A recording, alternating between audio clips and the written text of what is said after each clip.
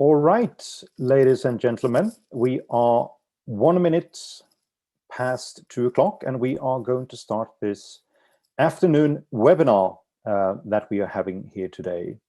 My name is Frederick Eriksson, and I'm one of the directors here at ECIPE, and it gives me great pleasure to welcome my guest for the conversation we're going to have in the next hour, Dr. Christian Bluth.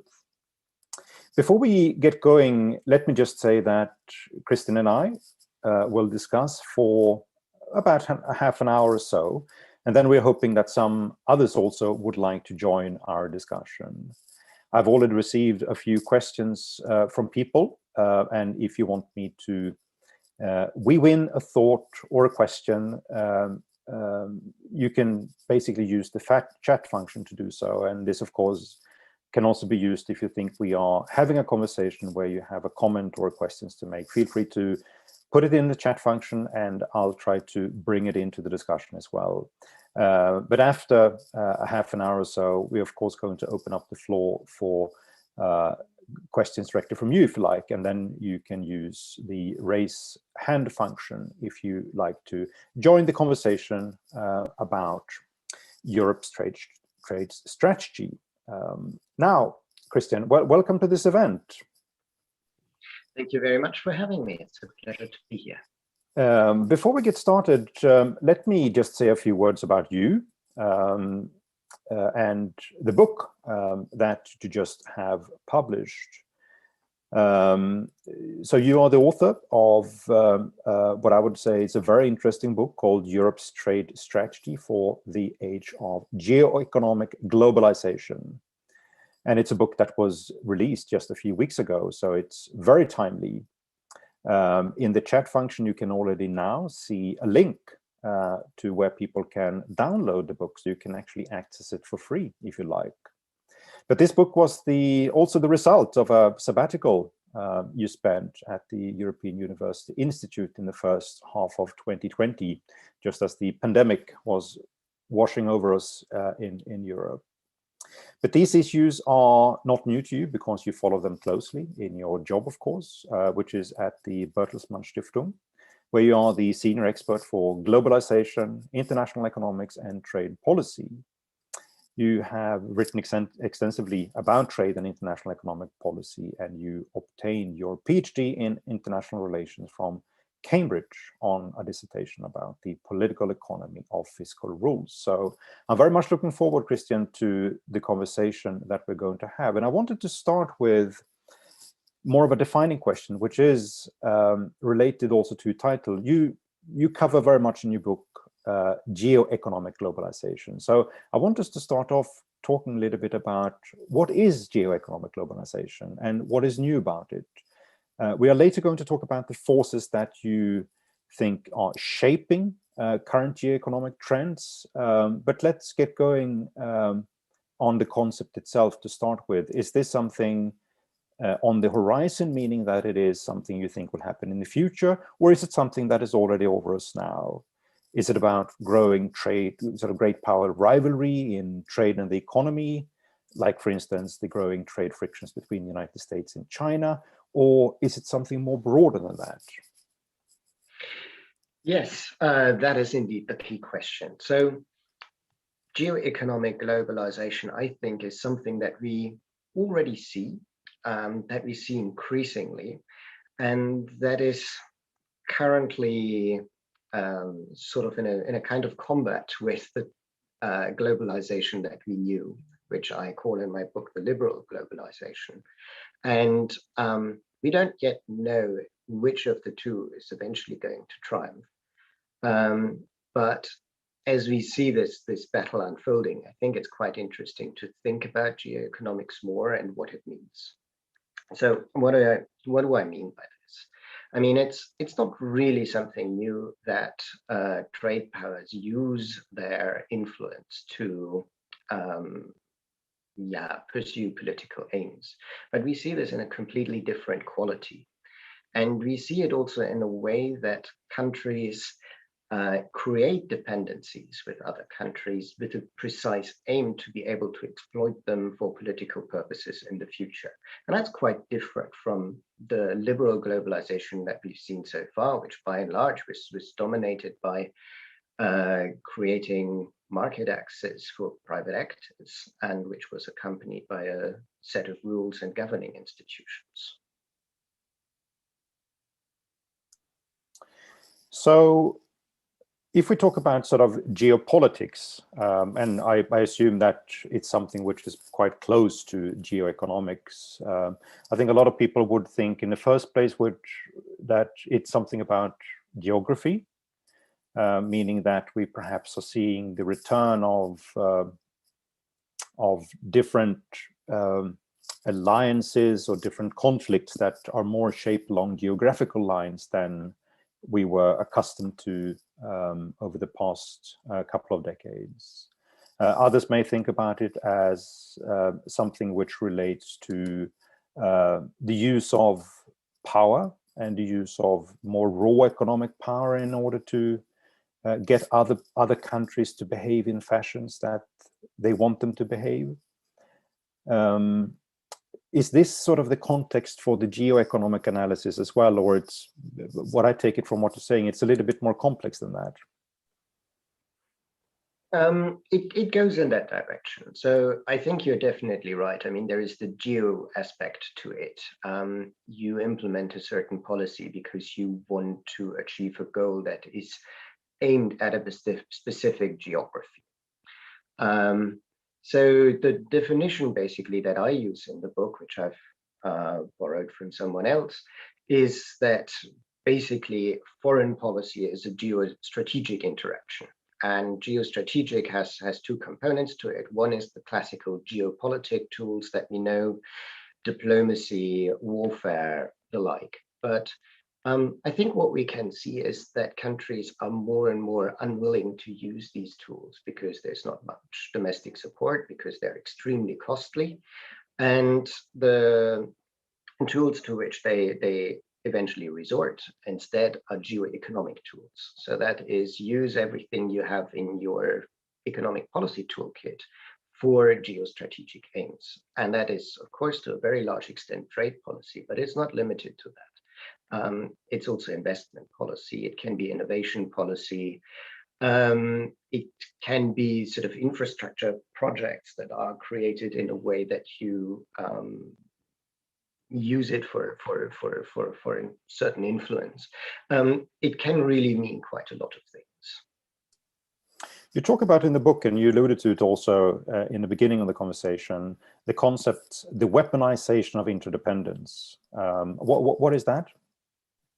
So that's precisely what I sort of try to hint at. I mean, geoeconomic globalization, or the arrival of geoeconomics, does not mean the end of globalization, because you still need ties with other countries in order to use them to exert influence. So what you would like to do, if you sort of, the model case is that you create an asymmetric dependency of another country on you. So you would dominate a specific, be it a trade in a specific kind of good.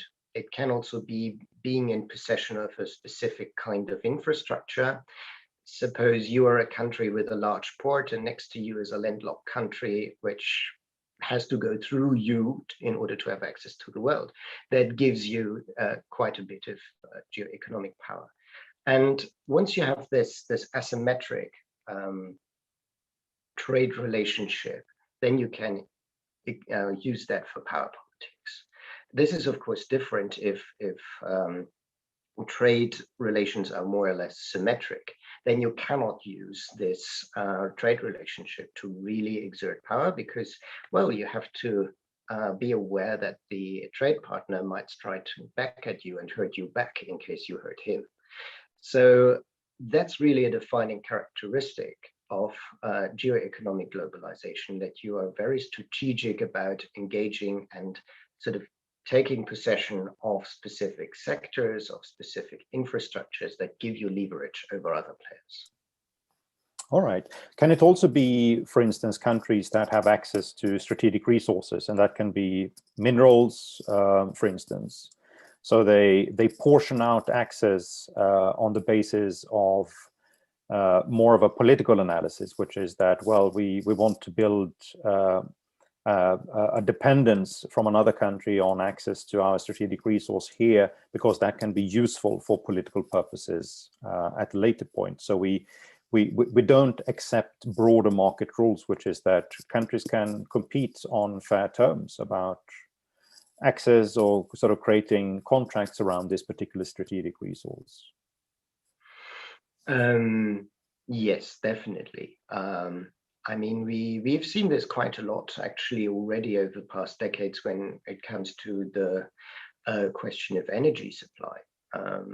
There, of course, it was essential to avoid being overly dependent on a single provider of energy. And now with Green Deal, there's actually quite a huge development going on. How do you deal with the geopolitics behind new sources of energy? What consequences does it really have when you switch from fossil energy fuel sort of resources to more renewable ones in geoeconomic terms? This is quite a fascinating subject, which, I mean, I continue to read about now, and it's becoming increasingly interesting and complex. Indeed, it certainly is. So what would you say, Christian? Is the European Union a geoeconomic actor? Is it a strong geoeconomic actor in the world? Or would you point to other countries that have subjected their own foreign economic policies to the geoeconomic analysis more than Europe has done? Yeah, I think the EU is a geoeconomic actor, which is no surprise, because I think there's hardly any country in the world that is completely exempt from thinking about geoeconomics in one way or other. Just the simple fact that the EU has used sanctions to achieve political gains, for example, vis-a-vis Russia, that's an illustration that the EU is aware of its economic influence, economic power, and also capable of using this to achieve political aims. But I would say that the EU is not really ideally placed to be at the forefront of geoeconomics. And I would also argue that the EU doesn't really want to see too much of a geoeconomic globalization.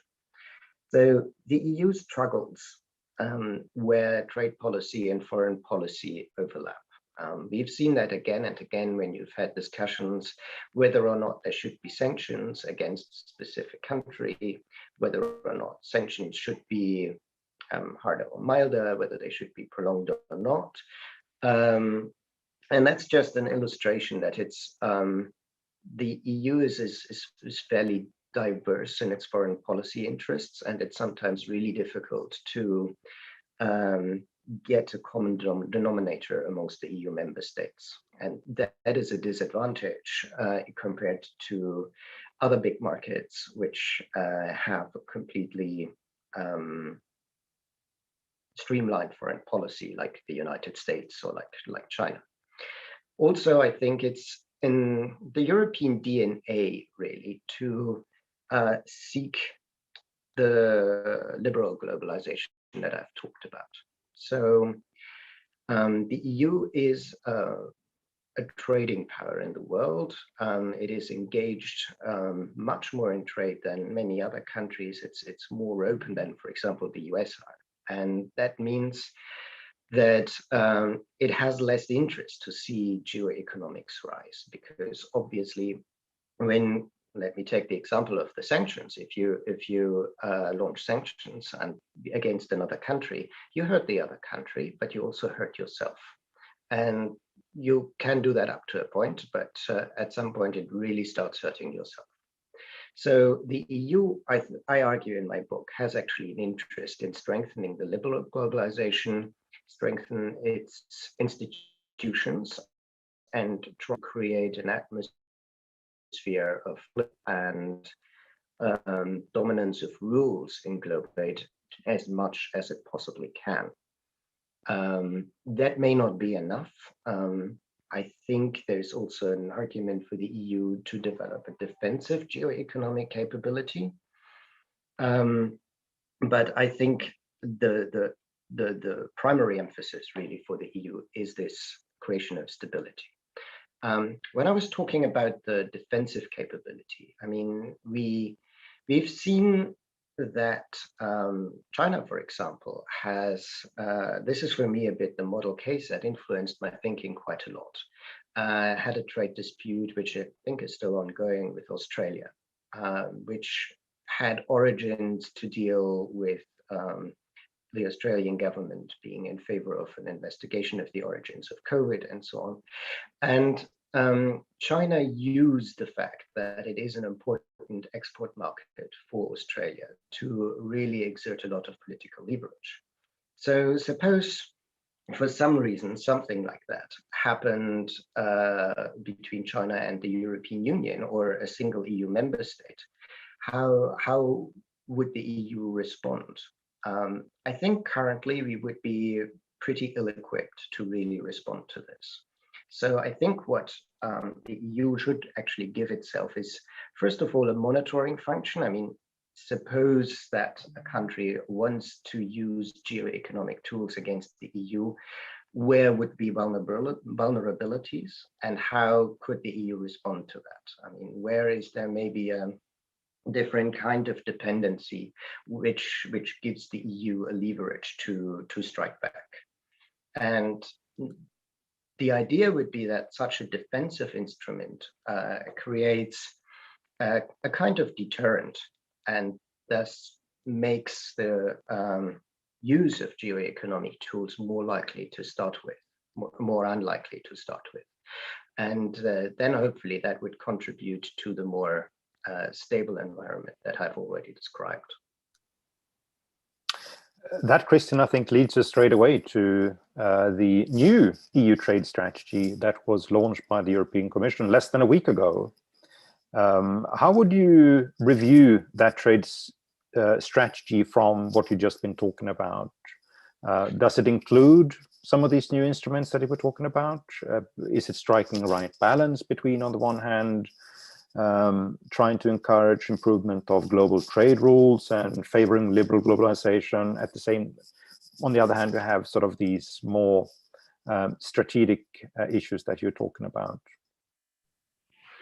Yes, I think I'm on the whole actually very much positively surprised by the new EU trade strategy. It starts off with a bit of a, you could call it a philosophical section that describes a bit the developments that are going on in the world and to which the EU needs to respond. And there really the analysis is very, very close to what I write in my book. So I think in terms of diagnostics of the world, the authors of the official strategy and myself, we are quite aligned. There is a bit of a difference then in the second part of the strategy where they actually go through the specific steps of what needs to be done. There's still some agreement. So both my book and the official strategy argue that WTO reform is something that has really utmost priority. For me, this is part of creating a stable environment, reinvigorating rules-based governance of globalization, and making sure that liberal globalization is able to stand up against this new type of globalization. There is also an emphasis on risk management, a realization that there are many changes, not only to deal with geoeconomics, but also other sources that make the world a riskier place and that need to be dealt with.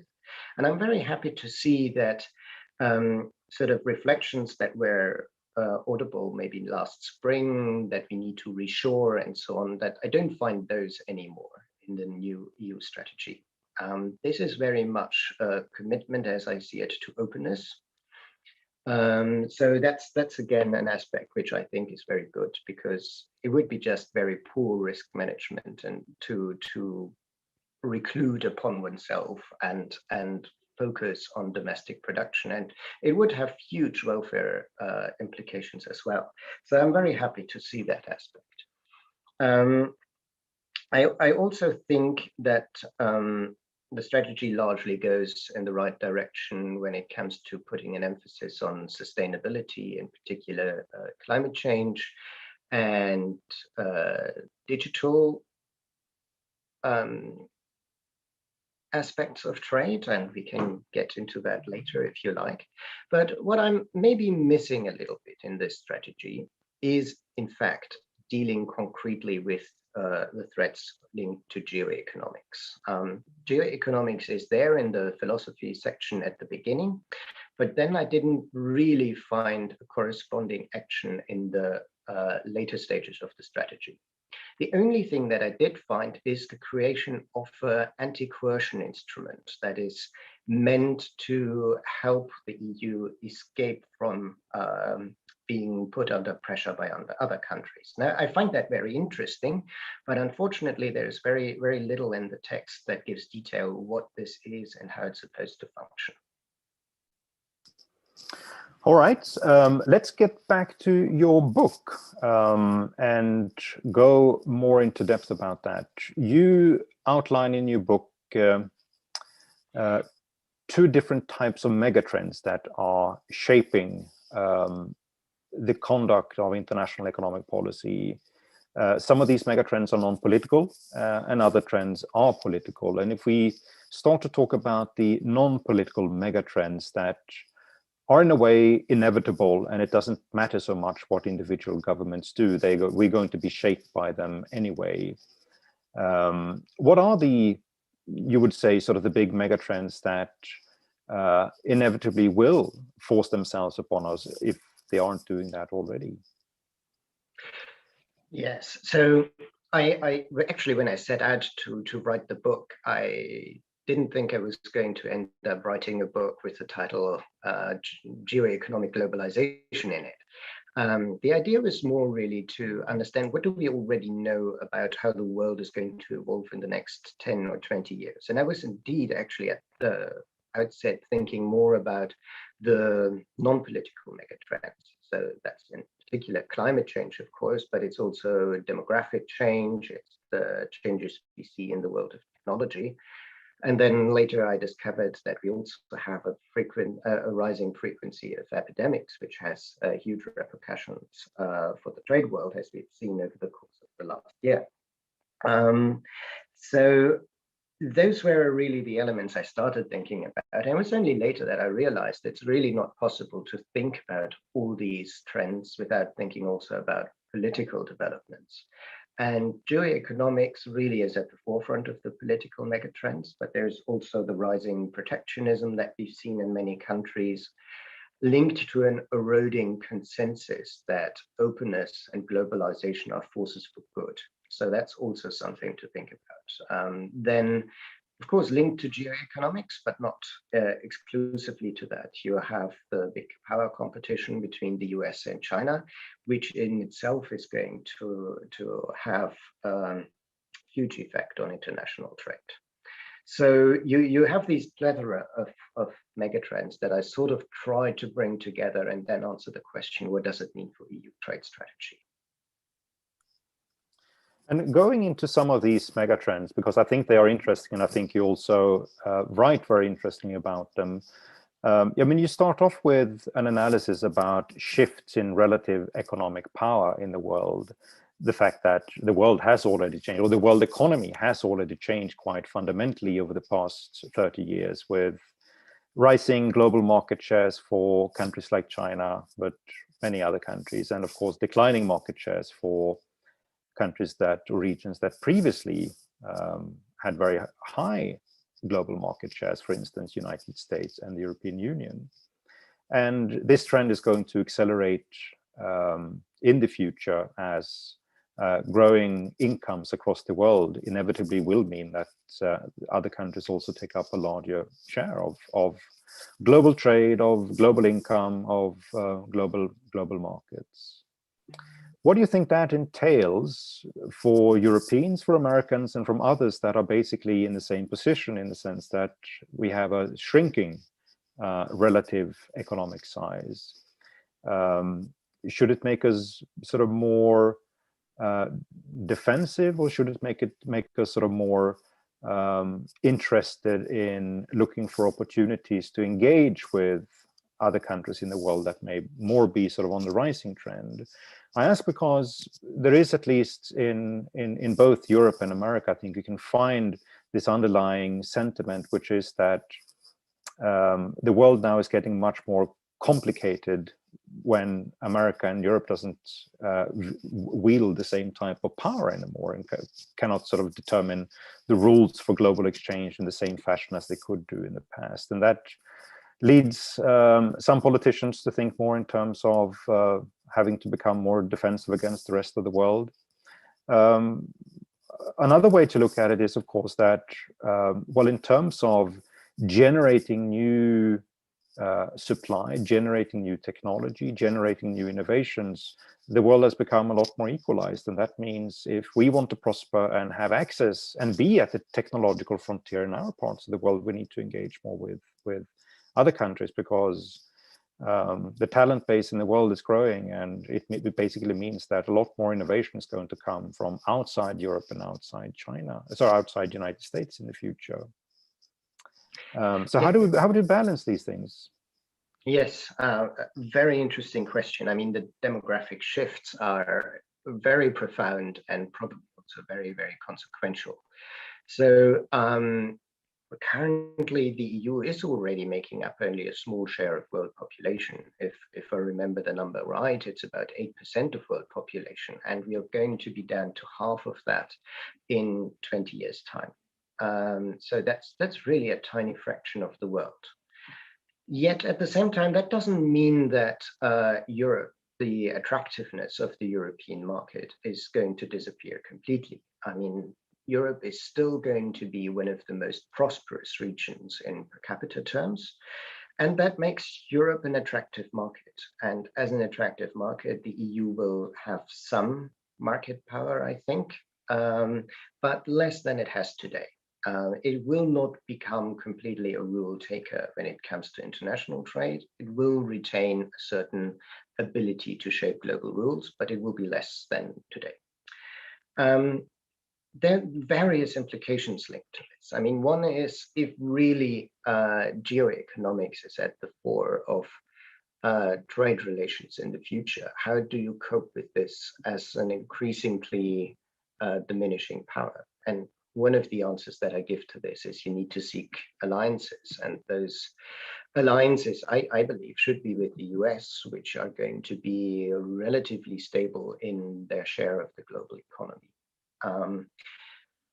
It also has interesting implications, for example, vis-a-vis China. So we see already that the Chinese labor force has been declining for a couple of years now. And China is going to be hit very hard by demographic shifts more than many other countries because of the hangover of past politics. And I think this could actually have interesting repercussions on policymaking in China. When China at some point will likely be the largest economy in the world, but see itself more and more under pressure from emerging competitors, which could be India, which could maybe be parts of Africa, which could be other regions in Asia. I think China will actually find that a rules-based international order is also something that serves Chinese national interest fairly well at that point. So that is a change that I think would be very rational in China, although frankly, I see that less in Chinese policymaking than we've seen it maybe some years ago. About demographic change, there is another element there that really struck me. So there's some research, it's not much, but there's some research that suggests that older economies are also less innovative. And maybe that's not written in stone, but of course, the capability to innovate is an important source of wealth. It's also an important source of market power. And for Europe to retain really as much influence as it can in the world, it's quite important to pay attention to what is actually happening to its ability to innovate. What we have seen over the last decade is really an explosion in innovation and research in the US and in China, whereas Europe has continued on a positive but very gradual path. And I don't know if it's possible, but I think it's really important that Europe thinks about its ability to innovate and tries to develop this capacity as much as it possibly can. I think that is very important, Christian, and I think it's also a very important point in the broader context of policymaking. And it is important in the sense that I think it's easy in broader discussions around the geopolitics of trade or the geoeconomic analysis to jump to conclusions that we need to have more instruments in order to defend ourselves. And I think there is a good merit to have instruments to protect against unfair trade practices from other countries. I think it's also important to have instruments to sharpen our abilities to open up markets abroad and ideally get other countries to broadly conform to liberal rules for how we want the economy to work. But at the heart of it, it seems to me that the capacity you have as a nation or as a region to really shape outcomes in other parts of the world depends a lot more about what you put to your table yourself. What is your capacity to deliver innovation, new technologies, to have the firms that everyone else wants to have access to because they contribute something important to other economies as well. So in that sense, the proposition seems to be that if we want to be powerful in the world, the best way is to be economically dynamic and that we generate lots of interesting new innovations and technologies that other wants to have access to. No? I completely agree with that. And I think it would be wrong to really give into this feeling like there's a world out there that is risky and hence we need to concentrate on ourselves. I think that would be a self-defeating strategy. We should continue to be outgoing and embracing the world. I think that is a strategy that is compatible with the European business model. It's also something that allows us to tap sources of growth elsewhere when sources of growth at home might be fairly limited. So that's I think a huge strategy. I mean, you need to complement that maybe with risk management. That's my approach to it. The fact that the world out there is risky is not a problem if you have a strategy that manages to turn to use the opportunities that are there, but that avoids that risks turn themselves into threats. By that, I mostly mean that we should be more careful to where really risks lie. Where we can, we should diversify. And I think we see more and more examples of this at a very micro level, that countries and firms diversify. And really, where that's not possible, yes, of course, and here again, ability to innovate plays a huge role. You try to develop own capabilities that make you less dependent if you're really exposed to a significant risk elsewhere. But generally, yes, my thinking is that the EU should continue to be a very outgoing power, one that engages with many partners across the world, and that is also seen as a sort of pillar of stability in the world, as a trading partner that's reliable and peaceful, and that you don't have to worry about too much. Maybe if I can add, I mean, I wrote this book to a large extent while being in Florence, and that's of course an interesting historical analogy, because Florence was this amazing trade power in Renaissance Europe, and later didn't really manage to retain this influence as a city. Yet the city as such retains a huge amount of soft power. Um, I mean, it is really a very attractive destination to go to. But more than that, I think the Florentine families that were really influential in Renaissance Florence, to some extent, have managed to retain their business acumen. It's just that much of this business takes place through companies that operate worldwide and are no longer so much based in Florence.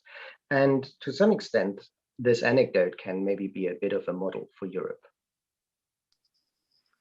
Indeed. Now, to come back to your book again, you talk about climate change in your book. So where do you see sort of climate change coming into the geoeconomic analysis? And also there is a discussion going on, not just in Europe, but elsewhere as well, whether we should use trade policy in order to increase the cost for those countries that aren't undertaking similar measures to reduce carbon emissions, as, for instance, Europe does or other parts of the world does. So what do you think about that idea? Yes, so climate change, I think, is going to be a central, if not the central policy challenge for the next 20, 30 years to really make use of the small moment of time that we have left to really do something about global warming before it is too late. And that is going to have repercussion on almost all policy areas, including trade. So we've seen that the EU is going to be much more aggressive in carbon pricing, and without any complementing policies that would maybe reduce the EU's competitiveness. It might lead to leakage of production. So that's why the Commission has been thinking about introducing the carbon border adjustment mechanism. What I argue in the book is that the carbon border adjustment mechanism is a second best strategy.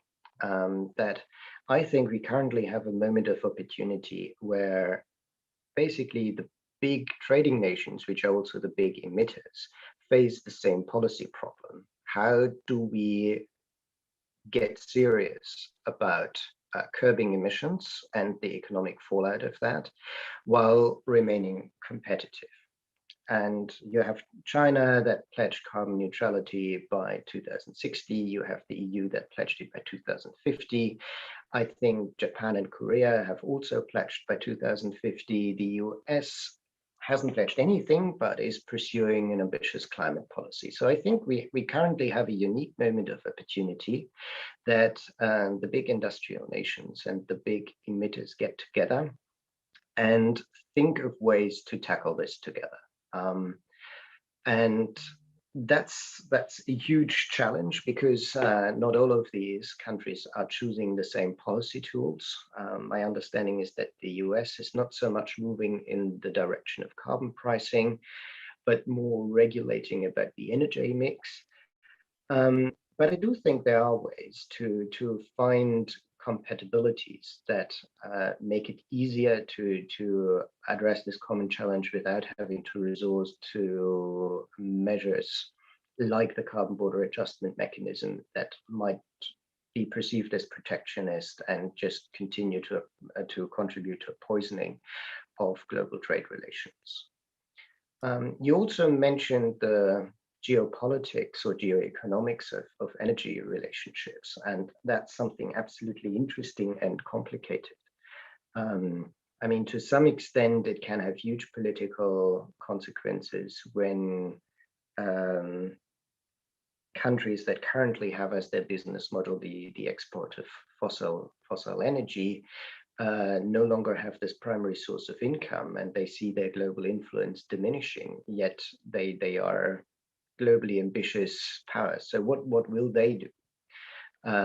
What will it do to countries in North Africa, maybe, if they really become chief providers of green energy. And how does the political environment react there? How will they use this maybe newfound power vis-a-vis the European Union? These are fascinating questions, and it's worth to think about those more.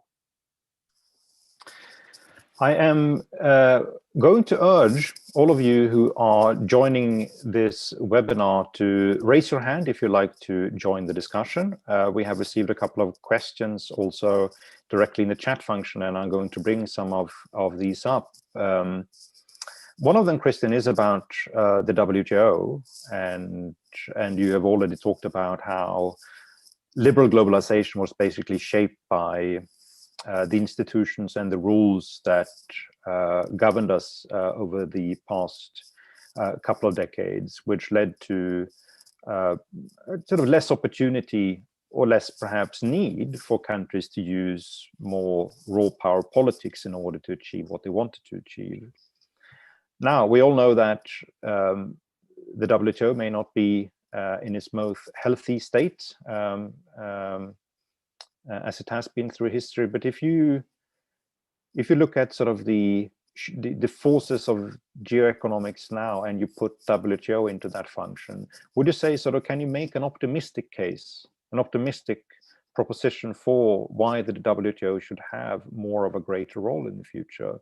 Or do you think that these broader forces are just going to wash over the institutional framework and make it very, very difficult to return the world to a type of globalization that we had until a decade ago or so, when we had more of a centrality for these institutions, and we had ongoing negotiations taking place in Geneva about rules and market access? So I think you can absolutely have an optimistic vision about WTO reform, and the fact that we've seen more geoeconomics in the last years has reinforced this. Yet, I mean, this is a hugely complicated enterprise, and although I want to be optimistic about it, I'm not entirely sure if we're going to see it to play out exactly in that way. But let me develop this answer a bit more. I mean, we've been talking about WTO reform for a quite long time now. At Bertelsmann Stiftung, this is the primary research project that I've been busy in over the last 3 or 4 years. And there are lots of good ideas how this institution can be reformed, how it can be made more effective, how it can be made more relevant. Yet at the same time, we haven't really seen much action. Much of that has to do, I would argue, especially in recent years, with the Trump administration that really played a hugely destructive role at the WTO, and that has been talking the talk of WTO reform, but has not really been open to tackle any concrete steps. But in a way that was maybe a service in disguise, because I think it made everyone realize how much a stable environment, a rules-based environment, really is something that serves anyone, and that the WTO has a vital function and that it needs updating. So I think maybe now we see a moment of opportunity. We have a new US administration, which, well, has said that they're going to be much more multilateral. So I hope that means that they are willing to invest political capital into the WTO. Maybe a first positive sign is that they lifted the blockage of the nomination of a new deputy director general for the WTO. We have a new Director General, and she looks like a very ambitious personality and will bring some dynamism to the institution. I think that's guaranteed, although of course the rule of the Director General is limited. The EU has, in the new trade strategy, really put WTO reform at the forefront. So I think that's also good. And I think it really depends now. I mean, can we get political buy-in and political capital from key players to restore the functions of the WTO that have been disabled over the past years, like the appellate body, and have a forward-moving agenda on WTO reform. I think there is a good chance to get that buy-in, but it's by no means guaranteed. What is sort of an indispensable element of this succeeding is to find more flexible ways of moving forward. Waiting for consensus amongst 164 nations really is not the way to get this juggernaut to move. That doesn't mean that we depart completely from the consensus principle, which has its merits, but consensus to move forward amongst smaller groups of countries, I think, is actually a fairly good way forward. And I think it's fair enough to give those members who don't want to be part of reinforced cooperation some assurances. I think that's probably fine to talk about. But it wouldn't be fine to really hold up progress altogether at the WTO. So I think with a more flexible setup and more political buy-in, I'm cautiously optimistic that WTO reform can go somewhere, and that would be really good. Another question we received relates to a discussion that we had initially when we started this conversation, which was about how globalization, as we've thought about it, may have changed. So the question is really about whether we are seeing stronger patterns of regionalization of trade and interdependencies in the world. I think sort of at least conceptually we could think about a prior form of globalization, especially strong from the 1980s onwards, going up perhaps to the global financial crisis, where we had more of a globalization of trade, in the sense that new countries came in and participated in trade. We diversified the trade relationships we had. Now, has that changed so that the geoeconomic trends are leading us more into a regional trade structure? And if so, do you think is it reasonable to think that in the future we're going to have sort of one regional block around Europe, one around China, one around America? So I think we do see a trend to regionalization, and there are many reasons for this. Whether that means that we will have a fragmentation of the world economy into blocks, I'm not so sure. So let me turn to the first part of the argument. Why do we have regionalization, and why do I think it's going to increase? Part of it, I think, has just something to do with the technology of production. We see more and more automated production. We see production that is really driven by an Internet of Things setup, where supplies are sourced automatically and they have to arrive quickly. And that is, of course, something that we see regional. So production is more flexible. It targets specific demand by consumers. We see more and more products that are produced, customized to specific customers' specifications. And that would theoretically be possible to do elsewhere, but a customer doesn't want to wait for ages until the product arrives. Also, if you need further inputs in the production that maybe come from elsewhere, again, the time that it takes to deliver those really becomes a crucial factor. And the technological developments, the increasing willingness to have a product pretty quickly, really, I think, is a driving force there.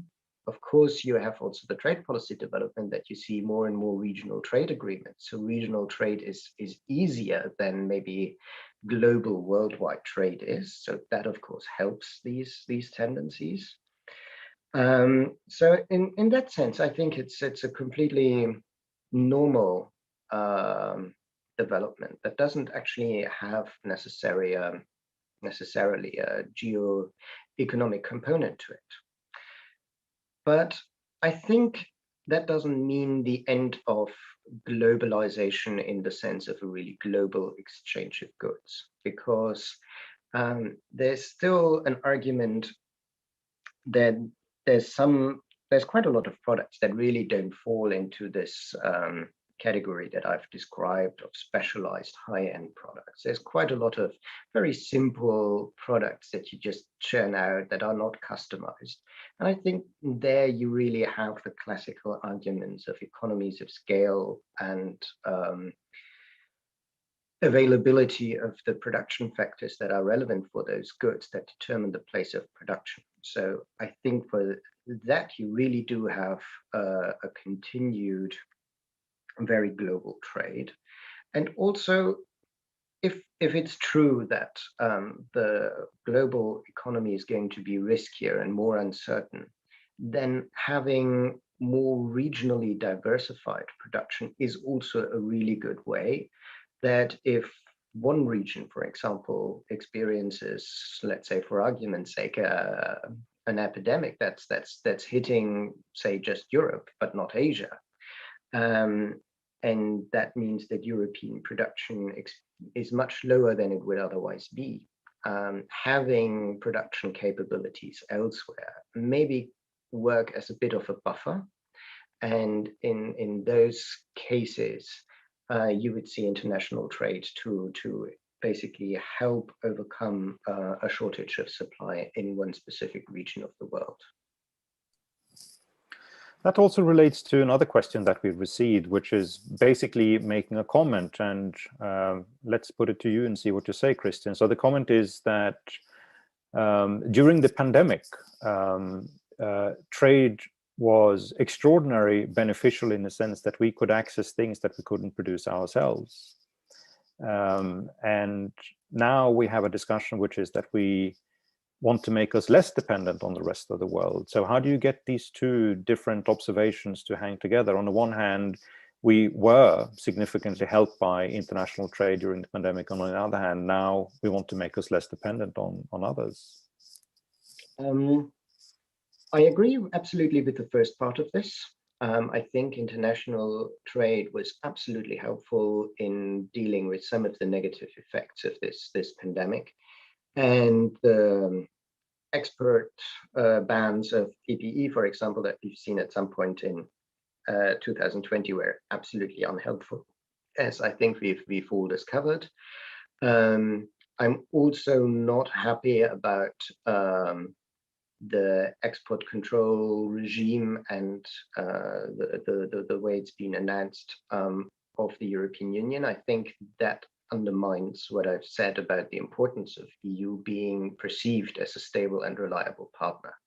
So I completely agree with that. Being open to trade and being reliable is really an important factor in this.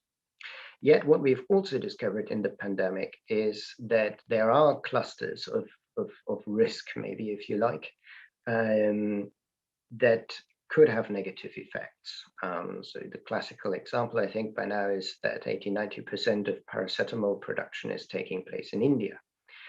And in some European Union countries, because there was an export ban, there were shortages of paracetamol. So this is for me not an example to say we need to make paracetamol ourselves, because there must be good economic reasons why we don't make it.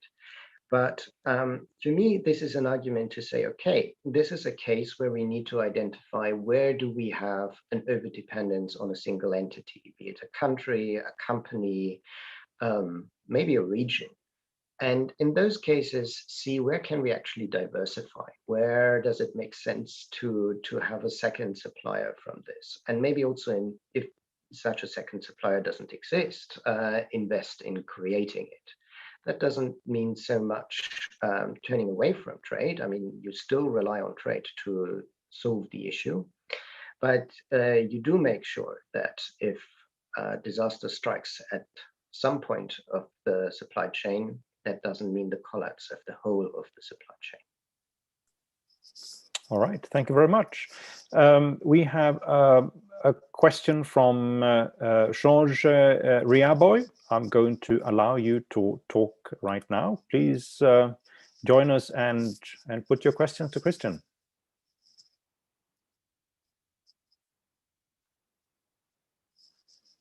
You need to unmute yourself, George. Are you hearing me now? Yes, we're hearing you now, loud and clear. Well, my feeling is that we are discussing the wrong agenda, because from at this time, what we are discussing is a two-speed WTO.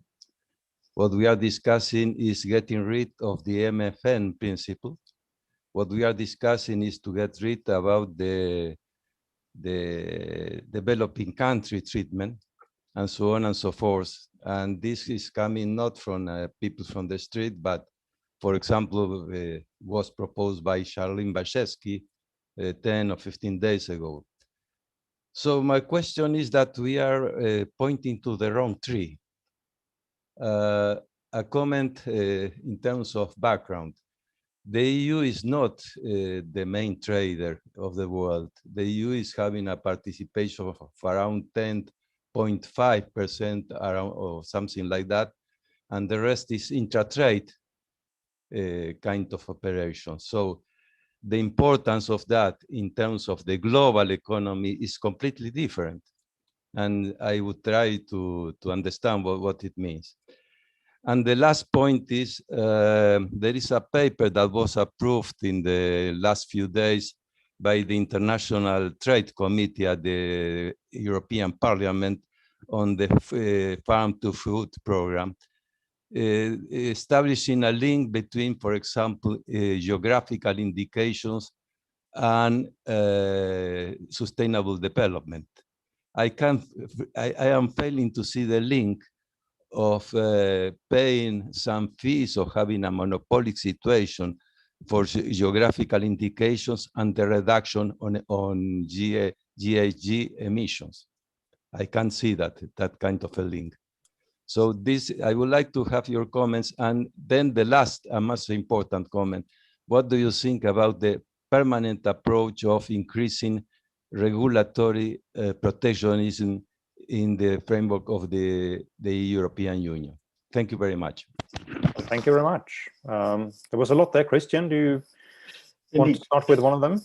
Yeah, let me do them in the order that they came. So in WTO reform,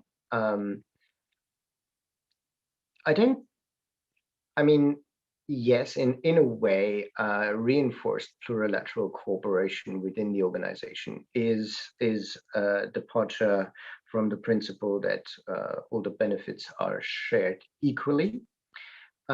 Yet I think that's still acceptable and not sort of an inclusive type of cooperation if, and this is an important if, those reinforced plurilaterals remain open for other countries to join later on.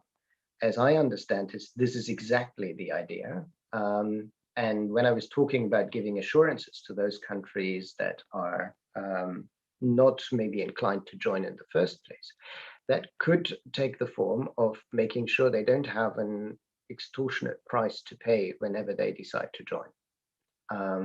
So I think that to some extent addresses this. You've also mentioned development. I mean, I'll try to be brief for the sake of time, but on development, I think nobody really wants completely to depart from special and differentiated treatment. It's more that those countries that are no longer developing countries should graduate. And maybe also for developing countries, makes more sense to get to a development treatment that is emphasizing building capabilities rather than just giving them a blanket exemption of something which isn't really helping their development of capabilities.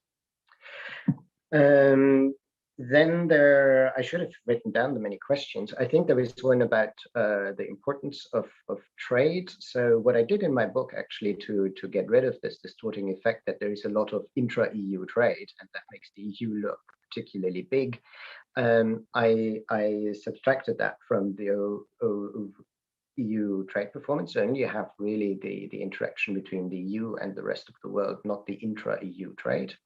And the point stands, it's still a bloc that is trading quite a lot and more than, for example, the US though. So that doesn't really change the mathematics completely. Then there was the point on regulatory cooperation, but there was or protectionism, but there was another before that. Can you help me remember what it was? It was about sort of the well, farm to fork. Farm to fork. Oh, yeah. Sorry. This is really such a specialized area that I can't say much about it. I mean, I can imagine that in some cases there might be actually a link between sustainability and geographical indications, but not necessarily in all of them. And how strong it is, I don't know. The regulatory protectionism bit. I mean, to some extent, I think it actually really makes sense, and it is beneficial for the EU to use its regulatory power. And that's not necessarily protectionism. I mean, if you look at the digital agenda, I think the EU has played a really, really important part to bring debates about data usage and the guarantee of privacy to the fore. And I think that was a very positive effect. Sometimes this regulation isn't really done in a very slim and efficient way. So along with protecting consumers and pursuing legitimate goals, you also actually create obstacles that harm businesses. And there I'm all in favor of adopting a more streamlined approach, but I think it is right to pursue those goals. And I think the EU has played a beneficial role in bringing these issues to the fore.